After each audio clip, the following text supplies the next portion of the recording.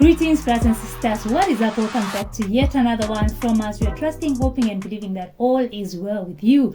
We are coming to you with news from, Ecowas. Outtara seems to be seeing, trouble for Ecowas if they do not quickly introduce the eco currency. I think we had spoken about this some months back, and it was in the talks for Ecowas. They were moving towards, introducing a new currency for all the countries within Ecowas.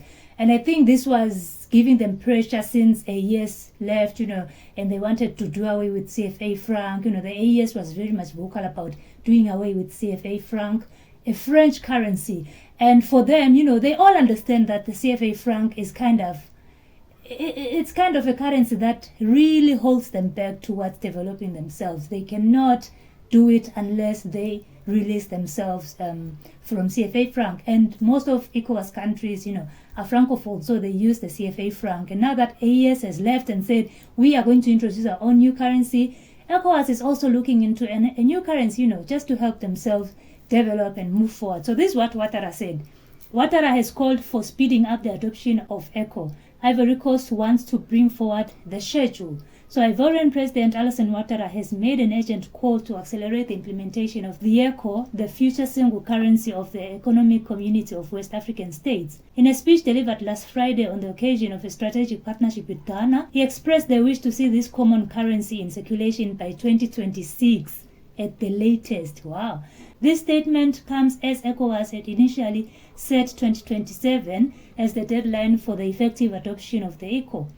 However, recent economic and political developments within the region, including the recovery of Nigeria, the region's largest economy, have rekindled the debate on the acceleration of this project. Cote d'Ivoire, which wishes to comply with the convergence criteria by 2025, is positioning itself as the spearhead of this dynamic.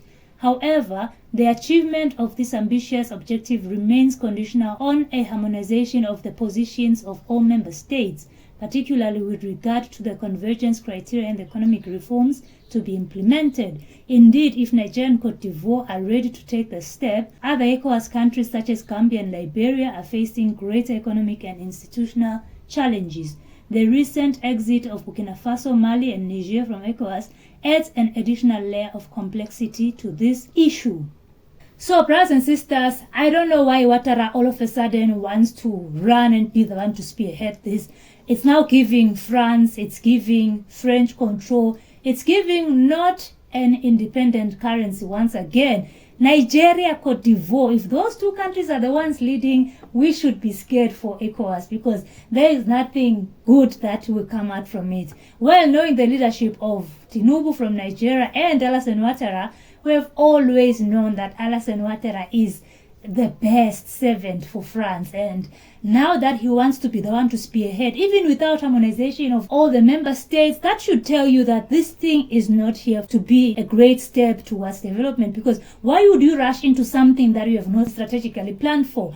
Because now if you're leaving out the other countries like your Gambia and your Liberia, this tells me that these other countries don't matter really. It shows me that maybe at the end of the day, the countries that make decisions for ECOWAS are only a few. The countries that are there to spearhead some of these developments in ECOWAS are only a few. And out of the few that I'm seeing, there's a lot of external control. Nigeria, we all know who controls Nigeria. We all know who controls Alassane Ouattara. I don't even want to say Cote d'Ivoire. Alassane Ouattara himself, he's a loyal servant. So now that they want to do it despite these other guys, being brought on board, they want to rush into it. The plan was 2027, but now it should be rushed to 2026. Why? Maybe because they don't want them to start thinking, I don't know this, I don't know what. They just want to execute it and that will be it.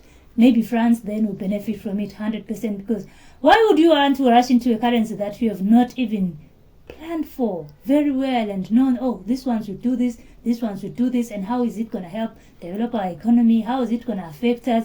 There's a lot of things that come into play when it comes to currency. You can't just change and that will be it, because these are different countries. It's not like it's a country changing its own currency. There's a lot of things that need to be put in place. There's a lot of systems. There's a lot. There's printing.